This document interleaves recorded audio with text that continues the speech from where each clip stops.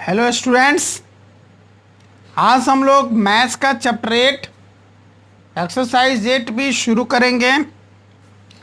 हम देखेंगे question number 1 का 5th पार्ट। पहले क्वेश्चन देख लीजिए। If a is equal to 2 and b is equal to 3, find the value of 5a square minus 2ab। अगर a का मान 2 है, b का मान 3 है, तो ये जो 6 पार्ट दिए गए हैं क्वेश्चन में, इन सभी का मान आपको निकाल देना है। इसमें कुछ नहीं करना है। जो भी क्वेश्चंस दिए गए हैं पार्ट्स में, जहाँ जहाँ a है वहाँ वहाँ हमको 2 रख देना है, 2 रख देना है, और जहाँ जहाँ b है वहाँ वहाँ 3 रख के नॉर्मल मैथमेटिकल कैलकुलेशन कर देना है। तो करते हैं हम। 5th पार्ट है 5a square minus 2ab। This is equal to 5। एक की जगह क्या बोला था रखने के लिए? 2। एक जगह 2 रख दिया, ए स्क्वायर माइनस 2। ए की जगह फिर 2 इंटू बी की जगह 3 रखने के लिए बोला था, 3 रख दिया। This is equal to 5 into 2 का square 4 minus 2 into 2 into 3। This is equal to 5 4 जा 20 माइनस 2 2 जा 4 3 जा 12। 20 माइनस 12 8। यही हमारा फाइनल आंसर हो गया। ठीक उसी तरह क्वेश्चन नंबर 2 है। If x is equal to 1, y is equal to 2 and z is equal to 5, find the value of. यहाँ भी क्वेश्चन नंबर 2 में भी 6 पार्ट्स दिए गए हैं। हर पार्ट में जहाँ जहाँ x है वहाँ 1 रखना है, जहाँ जहाँ y है वहाँ 2 रखना है, और जहाँ जहाँ z है वहाँ 5 रख करके नॉर्मल मैथमेटिकल कैलकुलेशन कर देना है। आंसर हाजिर हो जाएगा। चलिए इसमें भी मैं आपको 3rd पार्ट करके दिखाता हूँ। Question number 2 3rd part.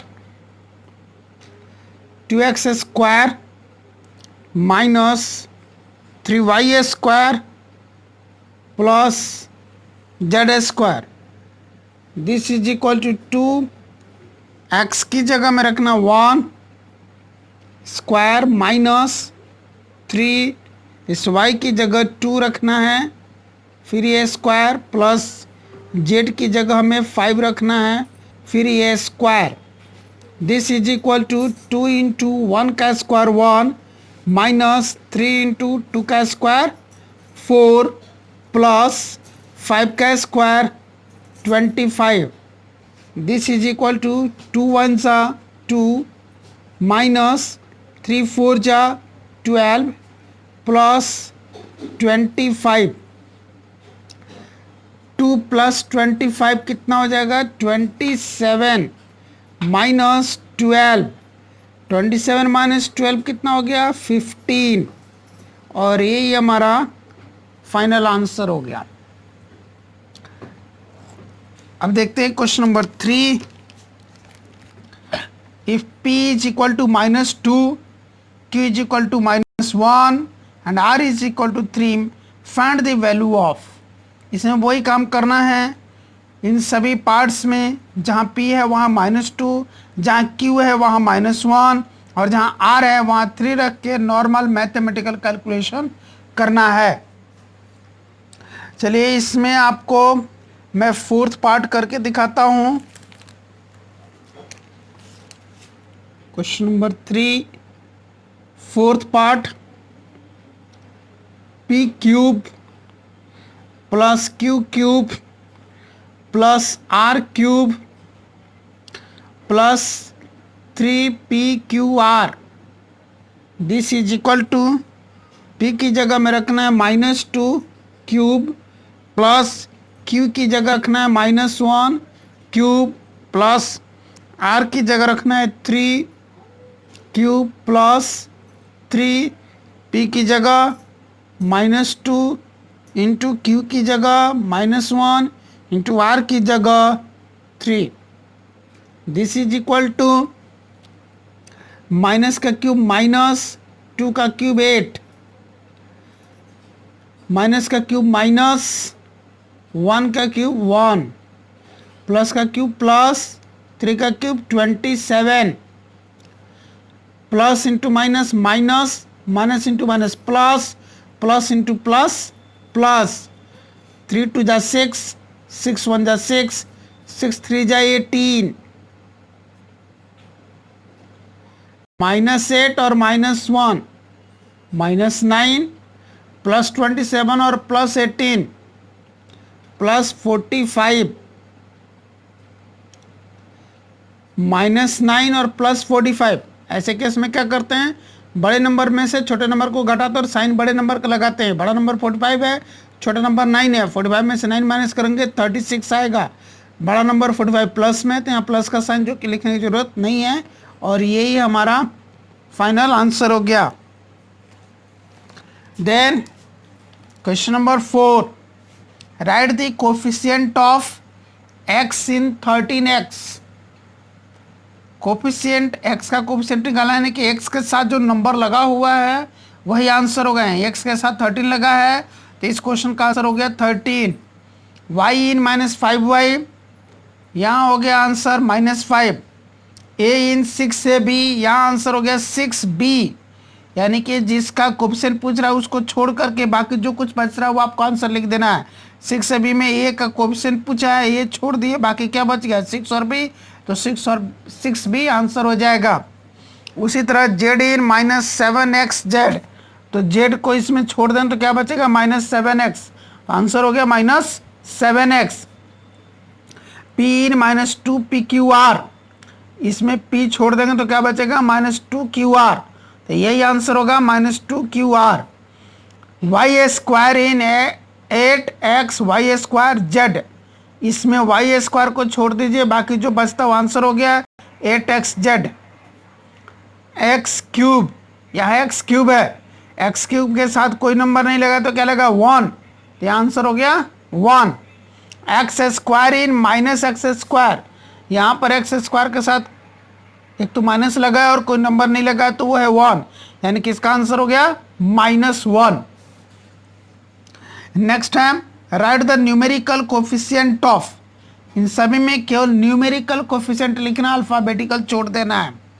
तो इसमें न्यूमेरिकल कोफिशिएंट यहाँ पर कुछ नहीं है, तो क्या है 1 है, तो इसका आंसर हो गया 1। सेकेंड पार्ट का आंसर हो गया -6, थर्ड पार्ट का आंसर हो गया 7, फोर्थ पार्ट का आंसर हो गया -2। नेक्स्ट है write the constant term of. Constant term होता है जिसके साथ कोई भी अल्फाबेट यूज नहीं हुआ है, जिसके साथ कोई भी अल्फाबेट नहीं यूज हुआ है वो होता है कांस्टेंट टर्म। तो यहाँ पर फर्स्ट पार्ट का आंसर हो गया 8, सेकंड पार्ट का आंसर हो गया -9, थर्ड पार्ट का आंसर हो गया +3/5, फोर्थ पार्ट का आंसर हो गया -8/3। नेक्स्ट है identify the monomials, binomials and trinomials in the following. इनमें हमको पहचानना है कि कौन मोनोमियल है, कौन बाइनोमियल है, कौन ट्राइनोमियल है। मोनोमियल होता है जिसमें एक टर्म हो, बाइनोमियल होता है जिसमें 2 टर्म हो, और ट्राइनोमियल होता है जिसमें 3 टर्म हो। एक टर्म वाला मोनोमियल, 2 टर्म वाला बाइनोमियल, 3 टर्म वाला ट्राइनोमियल,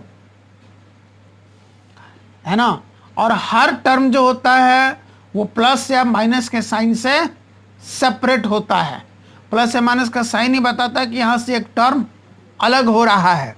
तो इस हिसाब से यहाँ देखिए ये लिखा है -2xyz, ये एक ही टर्म है, तो ये हो गया मोनोमियल, है ना। फर्स्ट पार्ट का आंसर हो गया मोनोमियल। सेकेंड पार्ट में देखिए एक ये हो गया टर्म और दूसरा टर्म ये हो गया 5 + 7x³ y³ z³ लिखा है ना, तो यहाँ बीच में प्लस का साइन आ रहा है। यहाँ पर ये प्लस का साइन क्या कर रहा है, इन दोनों टर्म को अलग अलग कर रहा है। तो एक टर्म ये हो गया 5 और दूसरा टर्म प्लस के राइट हैंड हो गया ये वाला 7x³ y³ z³। कितने टर्म हो गए 1 और 2, 2 टर्म्स हो गए। और 2 टर्म्स वाले को हम लोग बोलते हैं बाइनोमियल। तो इसका आंसर क्या हो गया सेकंड पार्ट का बाइनोमियल। थर्ड पार्ट का -5x³, यहाँ पर एक ही टर्म है तो इसका आंसर हो गया मोनोमियल। फोर्थ पार्ट में यहाँ a + b - 2c, तो एक टर्म हो गया a, दूसरा टर्म हो गया b और तीसरा टर्म हो गया 2c, है ना। तो 1 2 3 टर्म्स हो गए, तो ये हो गया ट्राइनोमियल। फोर्थ पार्ट का आंसर हो जाएगा ट्राइनोमियल।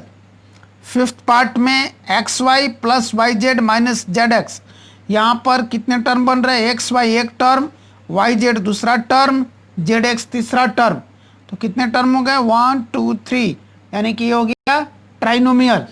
तो फिफ्थ पार्ट का आंसर क्या होगा ट्राइनोमियल। सिक्स पार्ट में x⁵ एक ही टर्म है तो इसका आंसर होगा मोनोमियल। यहाँ है ax³ + bx² + cx + d। अब यहाँ पर कितने टर्म बन रहे हैं ax³ एक टर्म है, bx² दूसरा टर्म है, cx तीसरा टर्म है और d चौथा टर्म है। इसमें कितने टर्म हो गए 4 टर्म्स हो गए। तो आपको बताया 1 टर्म के बोलते हम लोग मोनोमियल, 2 टर्म्स वाले को बोलते हैं बाइनोमियल, 3 टर्म्स वाले को बोलते हम लोग ट्राइनोमियल्स, है ना। यहाँ पर 4 टर्म्स के लिए कोई ऑप्शन हमारे पास नहीं है, इनमें से सिर्फ हमको मोनोमियल, बाइनोमियल और ट्राइनोमियल ही छांटना है। और यहाँ पर कितने टर्म बन रहे हैं 4 टर्म्स, यानी कि ये ना तो मोनोमियल हुआ, ना ही ये बाइनोमियल हुआ और ना ही ये ट्राइनोमियल हुआ। तो इसके लिए हम लोग क्या लिखेंगे नन, NONE नॉन लिख देंगे। यहाँ है -14 एक ही टर्म है तो क्या हो गया मोनोमियल हो गया। 2x + 1, यहाँ पर कितने टर्म्स हो गए 2 टर्म्स हो गए ना, एक टर्म हो गया 2x और दूसरा टर्म हो गया 1, तो 1 और 2 यानी कि ये हो गया binomial. Next question, right all the terms of the algebraic expressions. यहाँ पर जो अलजेब्राइक एक्सप्रेशंस दिए गए हैं उनके सारे टर्म्स हमको लिख देने हैं। चलिए करके दिखाता हूँ मैं। ये है question number 8, first part 4x⁵ - 6y⁴ + 7x² y - 9। हमें इसके सारे टर्म्स लिख देने हैं। तो ऑल टर्म्स आर, कौन कौन से, एक टर्म है 4x⁵, दूसरा टर्म हो गया -6y⁴, तीसरा टर्म हो गया 7x² y और चौथा टर्म हो गया -9। यहाँ कोई साइन नहीं तो प्लस है और शुरू में हम लोग को प्लस लगाने की जरूरत नहीं पड़ती है। यहाँ भी प्लस का साइन है और शुरू में प्लस लगाने की जरूरत नहीं पड़ती इसलिए नहीं लिखा, बट माइनस का साइन तो लगाना पड़ता है इसलिए माइनस का साइन शो किया है, दिखाया यहाँ पर लिखा हमने। तो यही आंसर हो गए जी। इसी तरह इसका जो सेकेंड पार्ट है उसका भी हमें लिखना है सभी terms. 9x³ - 5z⁴ + 7x³ y - xyz। All terms are, कौन कौन से टर्म्स हैं यहाँ पर, एक हो गया ये 9x³, दूसरा हो गया -5z⁴, तीसरा टर्म हो गया 7x³ y और चौथा टर्म हो गया -xyz। ये आंसर लिखना है। अब हम लोग देखते हैं question number 9, identify the like terms in the following. सभी में लाइक टर्म्स हमको छांटना है ना। तो फर्स्ट पार्ट में लाइक टर्म्स क्या क्या बन रहा है, a² b² -2a² c² 4a, ये रहा a² और यहाँ भी लगा हुआ है a², है ना, यानी कि ये दोनों लाइक टर्म्स हो गए। तो इसका आंसर हम क्या लिखेंगे a² एंड -2a², ये हमारे लाइक टर्म्स हो गए। उसी तरह सेकेंड पार्ट में हम लोग देखते हैं, यहाँ 3x, यहाँ 4xy, यहाँ माइनस वाई जेड, यहाँ 1/2 ZY। वाई जेड को ZY भी लिखा जा सकता है ना, पर यहाँ पहले y लिखा है फिर बाद में z लिखा है तो वाई जेड बन गया। यहाँ पहले z लिख दिया बाद में y लिख दिया तो ZY बन गया, यानी कि यहाँ भी वाई जेड यहाँ भी वाई जेड, तो यही दोनों लाइक टर्म हो गए। तो आंसर में क्या लिखेंगे, minus y z and 1/2 ZY। उसी तरह थर्ड पार्ट में हम लोग देखते हैं, -2x y² x² y 5y² x² z। अब लाइक टर्म ढूंढना हमको, यहाँ xy², इसमें यहाँ पर है ना xy², यहाँ लिख दिया y²x, पहले y² लिख दिया बाद में x लिख दिया, यहाँ पहले x लिख दिया बाद में y² लिख दिया, तो ये भी वही बन गया, xy² ही बन गया, यानी कि यही दोनों लाइक टर्म्स हैं, बाकी सारे छट गए। तो इसका आंसर क्या हो गया, -2x y² and 5y² x। इसी तरह फोर्थ पार्ट में हम लोग देखें, क्या लिखा है, ABC AB² C ACB²। ये देखिए AB² C, इसी को यहाँ लिखा है ना ACB², ये रहा A C C B² है ना, AB² C ऐसे लिख दिया, यहाँ पर उसी चीज़ को ACB² लिख दिया, ये दोनों हो गए ना लाइक टर्म्स। इसके अलावा इधर लिखा है CA² AB, यहाँ लिखा BA² AC, यहाँ लिखा A² BC और यहाँ लिख दिया CAB²। अब इन दोनों में ध्यान दीजिए, इन दोनों में BA² है, यहाँ लिखा CAB², CAB² बन रहा है ना, CAB², तो ये दोनों लाइक टर्म्स हो गए, ये दोनों लाइक टर्म्स हैं और ये दोनों लाइक टर्म्स हैं, है ना, इनको लिखे हम लोग। तो फोर्थ पार्ट में एक बना था हमारा AB² C एंड दूसरा बन गया था ACB², और एक तो लाइक टर्म से हो गए, दूसरे लाइक टर्म ये बन रहे थे B² AC एंड CAB²। ये आंसर हो गया। तो यहाँ पर एक्सरसाइज 8B फिनिश होता है। अभी आपकी जिम्मेदारी है इस कंप्लीट एक्सरसाइज पर पूरा कमांड कर लेना है प्रैक्टिस करके। फिर भी कोई डाउट कन्फ्यूज़न है आप मुझे संपर्क करें। मैं बार बार बोलता हूँ, किसी भी तरह का कोई भी डाउट कन्फ्यूजन है तो आप मुझे संपर्क करें, मैं आपकी हेल्प ज़रूर करूँगा। जब हम लोग नेक्स्ट क्लास में मिलेंगे तो एक्सरसाइज 8C पढ़ेंगे।